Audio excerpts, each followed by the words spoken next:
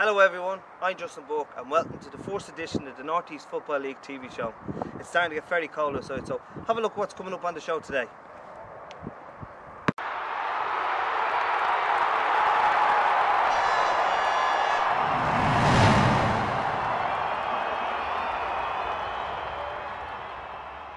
This is our fourth show where we're going to discuss last week's games, as well as having a look at the league tables and this week's fixtures.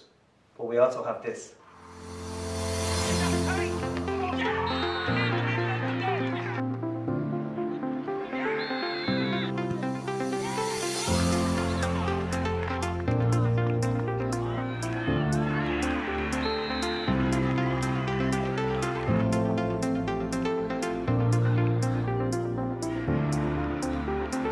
We start off our roundup in the B Reserve Division, where Robinson picked up a 2-1 home win against Kilmessan in last week's fixture. But the game of the weekend had to be Virginia against Donecarney Celtic. Donecarney Celtic were 3 points ahead in that division, but Virginia, with a massive 2-1 win at home, brought them level at the top of the table on 18 points each, and that will get down to a playoff. Our next roundup is our A Reserve Division. No fixtures took place last weekend, but Parkvilla do lead that division and only require 1 point from their remaining fixtures, and they're away to Thurrock this weekend. And now we're on to the Premier Reserve Division. Boyne Harps travelled over to Kentstown Rovers and came away with a 2-1 victory in a big game there. But the game of the weekend had to go to N.E.F.L against Albion Rovers, a 9-goal thriller. But last season's champions N.E.F.L claiming the 3 points in that with a 5-4 victory. Congratulations should go to Trim Celtic also. They won the title last weekend when they received points against Mahevnama, who were unable to field. So congratulations to Trim Celtic. And then we're on to Division 4. There was 3 games played last weekend. Castlevilla drew 3-0 with Thatch FC. BMC lost at home to Electro Celtic 1-0 in Ollie Melia's last game in charge of BMC. You know, it was an emotional day for the man. He's given his life to the club, but he's gone on to new pastures, etc. So we wish him the best in the future. But the last game in the division was Abbey Celtic's away win against Slane Wanderers. They won 2-0 and he kept that dream alive to chase Millmount for that coveted first place in the league table. Millmount do lead the table by 3 points, but Abbey Celtic do have 1 game left, and that's against Electro Celtic, so it's all to play for. Only 3 points will do them to get them into a playoff. This is how the table looks.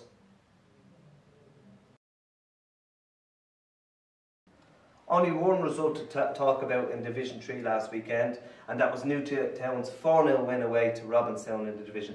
And that keeps the pressure on the top of the table, where Donecarney Celtic lead the table, but they can wrap up the title this weekend at home to Park Celtic Summerhill. A game that will be the game of the week for N.E.F.L TV, so watch out for the highlights on that one.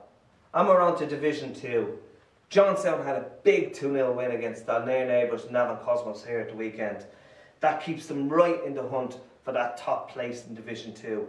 They are 2 games in hand, but they do play Bay FC this Friday night. They need to win that game and their remaining fixture against Baylor to force a playoff against Redeemer Celtic. Bay, of course, who they play on Friday, if they win, they force a playoff against Redeemer Celtic, who are sitting on top. If this game is a draw, Redeemer Celtic will win the title.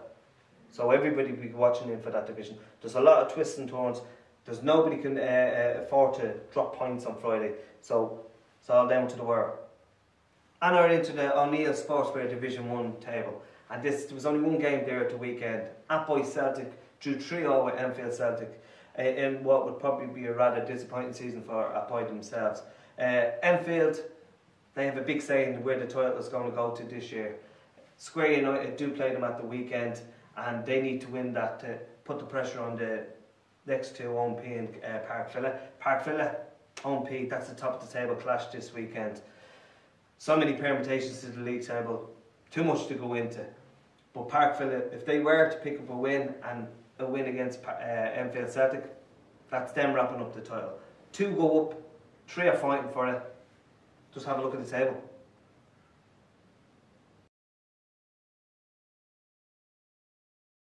And we're finally at our last division, our Premier Division in the Northeast Football League.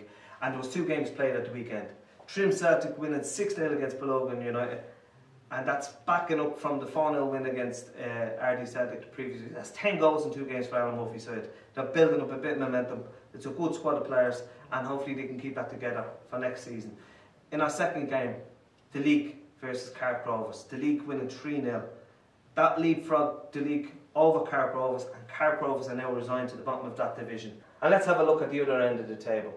Boyne Harps, who sit at the top of the table with 7 wins out of 7, playing Mahevna, who will be putting her up to the challenge to try and take the coveted prize. But Boyne Harps only need a point to win this title, and Tommy Mealy and Wainwright have done wonders out there. So it's all to play for, and that game will take place in about a week and a half.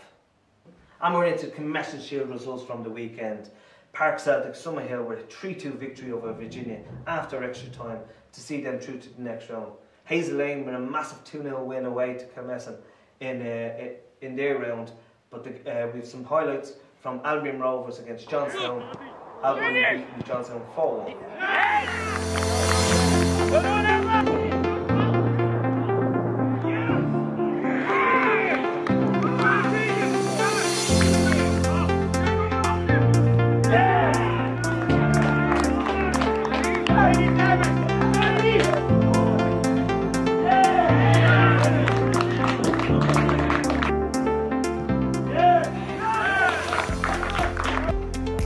And we're now into our Riley Cup fixtures.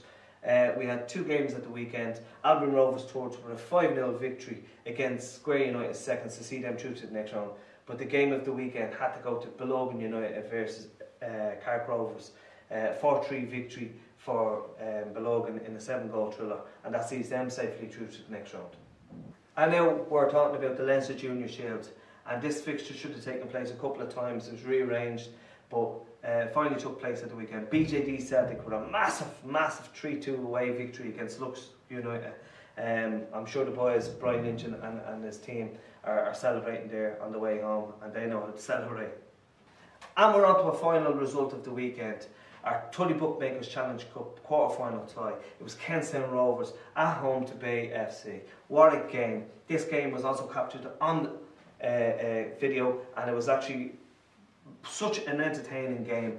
Bay were leading 4-2 in extra time, but Kentstown Rovers never say die. Attitude brought them to fighting back to get it to 4-4, went all the way to penalties, and then I think it was about 7-6 in penalties to Bay FC. They held on N.E.F.L more.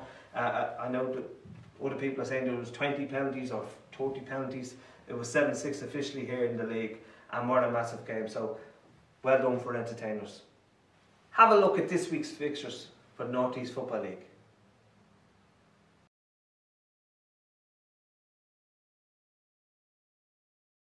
Alright guys, that's it for our very first show here at the North East Football League. I'm Justin Bourke, your host. Don't forget to follow us on all our links, our YouTube channel and social media, Twitter, everything out there. It's been a long day. I have to go. I'm out here. Good luck.